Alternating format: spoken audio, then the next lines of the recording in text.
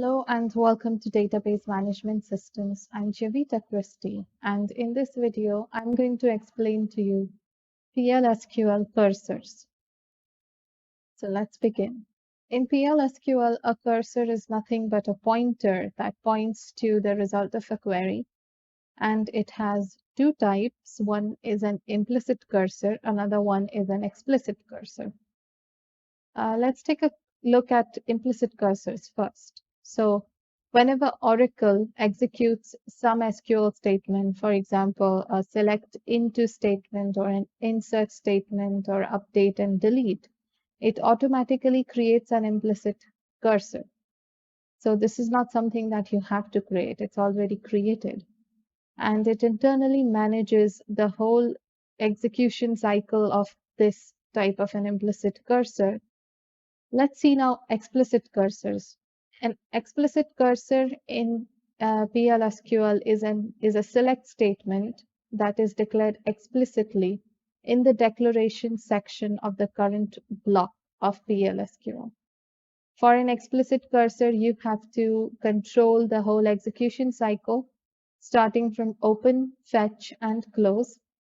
And Oracle defines an execution cycle, and then it executes an SQL statement and associates a cursor with it. You can see on your screens right now a diagram that shows you how exactly an explicit cursor works in PL/SQL. Let's examine each of these steps in detail. So the first step is to declare a cursor. And before using the explicit cursor, you have to declare it in the declaration section of the block. And to declare it, we write the syntax in this manner. So it is cursor. Cursor is the keyword used to specify that this block is going to be a cursor, just like you would specify procedure or function to show that this is going to be a procedure or a function. And then you would name the cursor. So you can give any query you like, any name you like to the cursor. And then you will have the is keyword. And after that, you will specify the query which you want to run as a cursor. So this would be the exact query that you want to use as a cursor. So it could be any select, update, delete query, whatever you like. Okay. And the next step now is to open a cursor. So before you start fetching rows from the cursor, you have to open it. And to open the cursor, you need to use this type of a syntax. So you have to use open, and then you write down the name of the cursor and end it with a semicolon. And this cursor name should be the same that you declared in the declaration section. So when you open a cursor, Oracle parses the query and then it binds those variables and executes the associated SQL statement. And so Oracle determines an execution plan. It also associates all the parameters and hosts and everything. It also determines the result and sets the cursor to the first row of the result. So this is how the cursor works in PL/SQL. Let's move to the next step. The next step is the fetch from a cursor. So how to actually fetch data from the cursor. Now the fetch statement places the contents of the current row into variables. And the syntax of the fetch looks like this. You have the fetch keyword, then the cursor name, then the into keyword, and a variable list. So if you want to retrieve all the rows in a result set, you need to fetch each row one at a time till you reach the last one. So you need to specify the fetch keyword and the name of the cursor into, and then you list out all the variables where you want the cursor results to be fetched and stored. The next step is closing the cursor. So this is where once you are done fetching all the rows, you can just close the cursor using the close statement. So you just need to write down close, which is the keyword, and then you mention the name of the cursor, which you declared in the beginning. When you close a cursor, it instructs Oracle to release the allocated memory at an appropriate time. So if you declare a cursor in a procedure or a function, then the cursor will automatically get closed as soon as the procedure or the function ends. But if you create a cursor all by itself, then you might have to specify when to close this type of a cursor. Now let's try to understand a little bit more about the implicit cursors and what kinds of attributes they have, which I showed you in the beginning of the video. So a cursor has these 4 attributes, which I explained. The first one is the %ISOPEN attribute. This attribute is true if the cursor is open, and it is false if the cursor is not open. The next one is the %FOUND attribute. It can have 4 values. Number 1 is null. So before you begin your fetching through the cursor, the value of the %FOUND is null. Then it becomes true whenever a record is successfully fetched. Then the third type of value it can have is false if there was no row returned. And finally, it could have an invalid cursor value if the cursor did not open at all because you made some mistake in the syntax. The third, let's see the next attribute of cursor, which is known as %NOTFOUND. This also has 4 values. The first one is null. It is always null before you begin the cursor, before you begin fetching with the cursor. The next one is false. So if the record was fetched successfully, then %NOTFOUND is going to be false. If no record is fetched, then %NOTFOUND is going to be true. So it's just the opposite of %FOUND. And of course, the fourth value that it can have is the invalid cursor. So if the cursor was not opened at all, then %NOTFOUND is going to be invalid. The next attribute which is present in the cursor is the %ROWCOUNT. The %ROWCOUNT attribute returns to you number of rows that are fetched by the cursor. So it is, if it is not opened, that means if the cursor does not at all execute, then the %ROWCOUNT would also have the invalid cursor stored inside of it. Now I'm going to implement an implicit cursor, but it's not exactly, I cannot say that I'm implementing it because it always implements on its own whenever you run any SQL query. But I'm just going to show you some of the properties of it. So right now we are going to write a program where we are going to use one table, and I'll just quickly show you that table. So this is what the table looks like.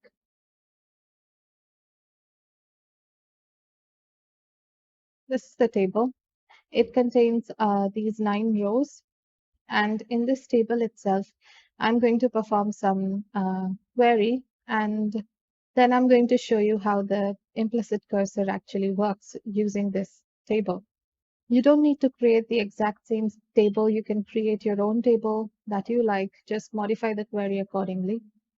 Now, in this case, so the name of my table is emp, and I'm going to use that. Now, first, what I'm going to do is I'm going to declare whatever variables I'm going to use. In this case, I'm going to use only one variable, which is counting number of rows, because every time I want to count how many rows got affected by the query that I implemented.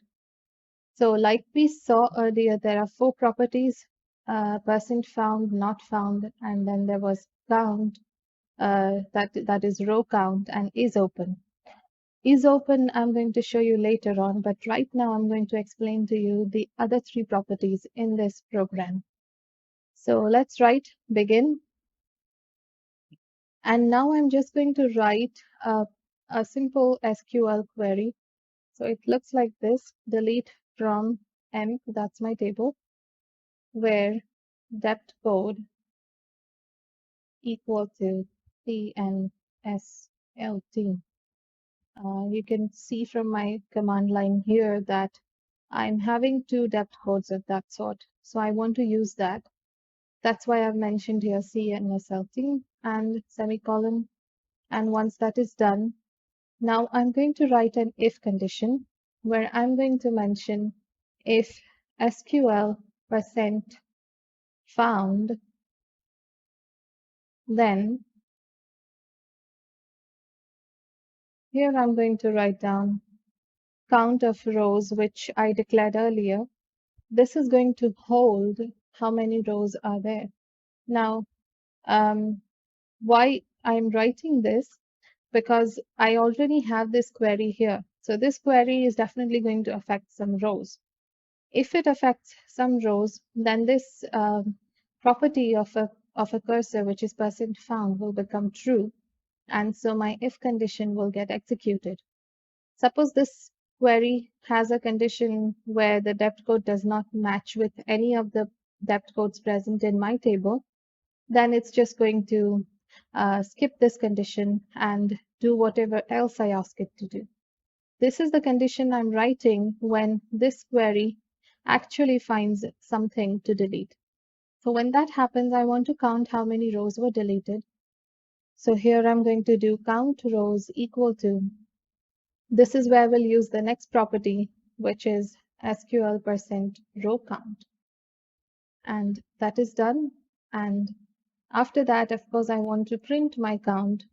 So I'll write down dbms underscore output dot put underscore line.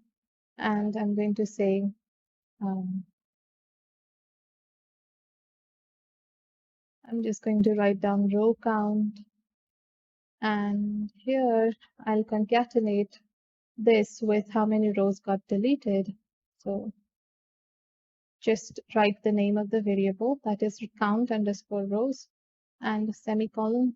Once this is done, I'm just going to end the if statement right here.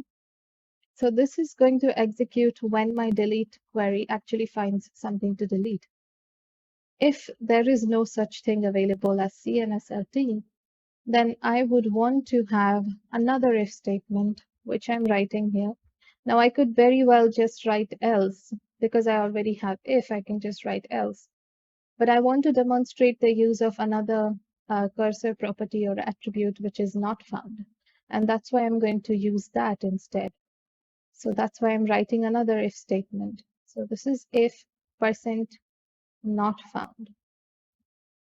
Then, so this is the case when %not found property is true. This happens when the delete query does not find anything to delete. So in this case, I just want to print that nothing was deleted or nothing was found. So let's just put that here. No rows deleted and semicolon, and let me end my if statement. Also end the begin part, and my code is ready. I'm just going to now copy this code and go to command line.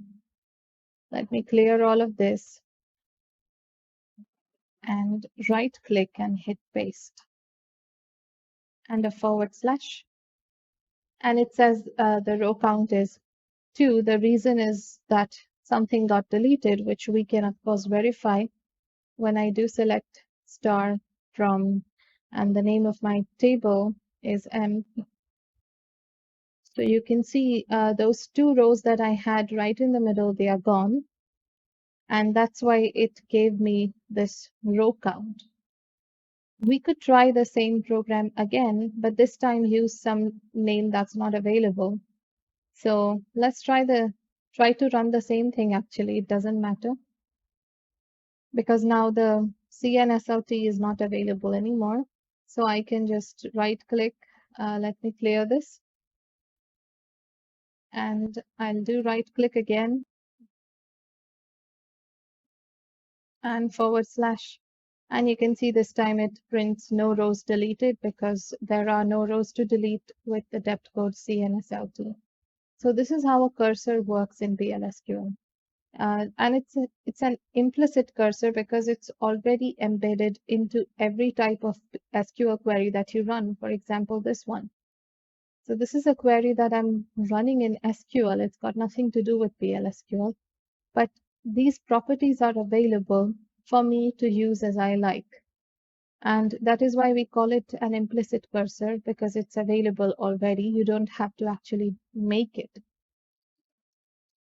Now let's create an explicit cursor in PLSQL.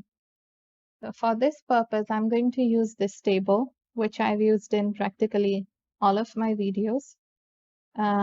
It is the employees table. It looks like this. There's employee ID and the first name, last name, department code, salary of all the employees.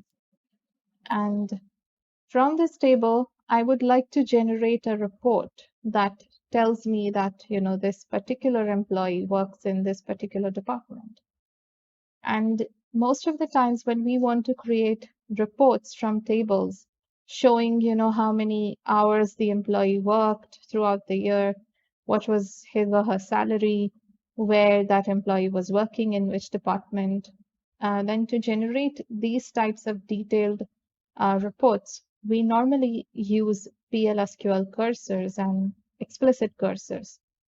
So this is what we are going to do, but we are not going to create a really large and complex report. We are going to create a very simple report that says that Al, be the leader, works in admin department. Then pi r squared works in accounting department, and so on. So it's a very simple thing. But of course, you can expand this same program to create a larger report, a larger, more comprehensive report. So let's begin. Now I'm going to write my code in Notepad. So I'm going to first mention my declare block. And in the declare block, now what I want from the table is the first name, last name, and department. So I'm going to make variables to fetch this data. So I'm going to write down fname. And now I have two options here. I can mention the data type by going over here and doing describe employees and then checking the data type here and writing the same data type in my code. But I don't want to do that. And there is a way out of it, which is to mention the name of the table and the column name, and then simply writing %type. So what this does is gives the data type of the first name column of employees to fname, which is a variable that I have created. So I don't need to mention its data type to match with first name. I can directly get the data type in this manner.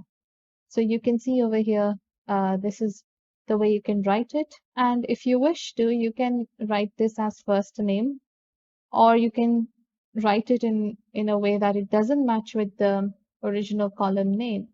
So either way, it doesn't matter. And let's now write the second variable, which is lname, so last name. And for this, I'm going to write last name %type. And finally, the depth code, for which I'm going to write depth as the name of my variable.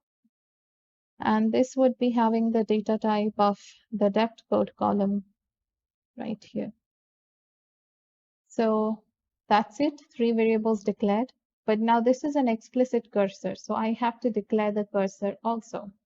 So I need to mention it like this. I have to write the cursor keyword and then the name of the cursor, just like you would write the name of a function or a procedure, you need to write the name of the cursor too. So I'm going to write the name as emp details. And after that, you need to mention the keyword is, just like in a procedure.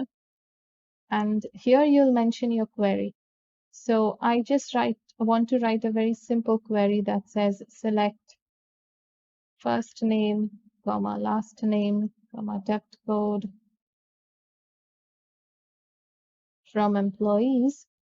And that's my query. It's a very simple query. So my declare block is now done. I have all the variables that I need. So I'll begin the execution block.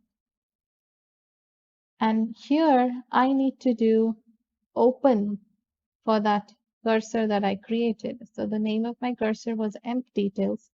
So I need to mention here open emp details, which will open the cursor, which is the second step after declaring the cursor.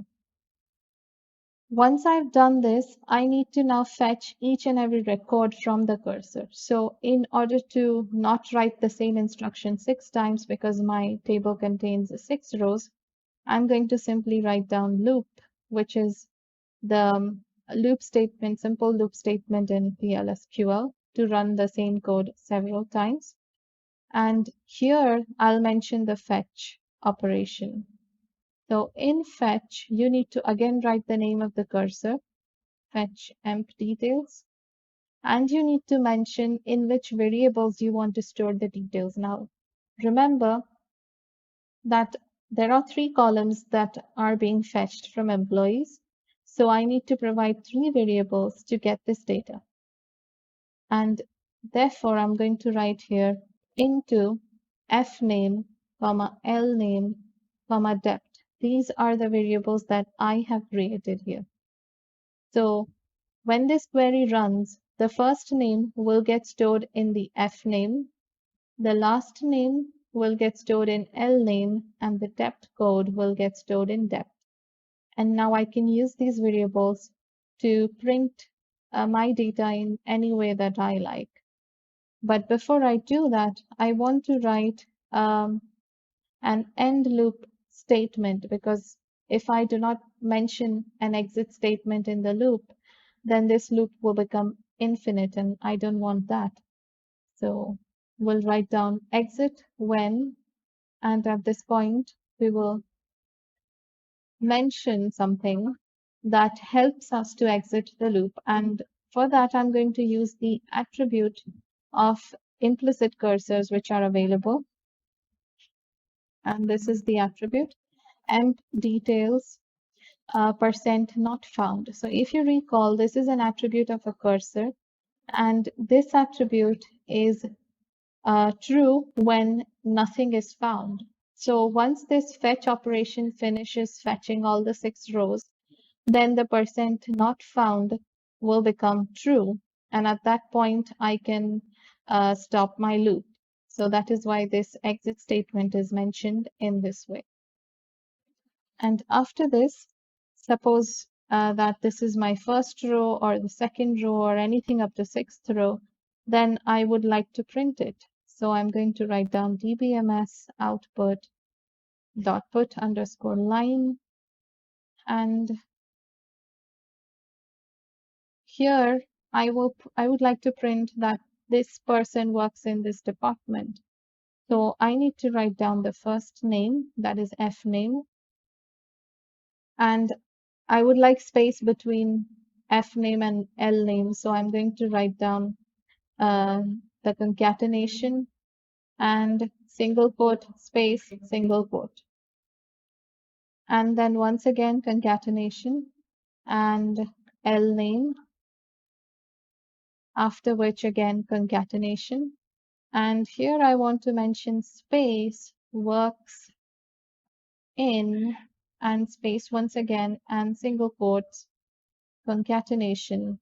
And here I will mention the department, so depth. And close the bracket and put a semicolon. So this is done. And once all that is done, you can just end the loop. Once the loop is over, now you also need to close the cursor, because you did write an open cursor statement here. So you also would be writing a close cursor statement. So it's very simple. You just write close and name of the cursor. And that's it. We can end the block here and copy the code, go to the command line and write down, first of all, set server output on, and then go to the top bar, edit and paste, and use / to run your code. And you can see it prints perfectly well the names of all the employees and where they work. So this is a very simple report, like I said earlier, but you could generate even larger reports in the format that you like. So this is how you can implement explicit cursors in PL/SQL. And that's it for this video. I'll see you in the next one. Thank you for watching.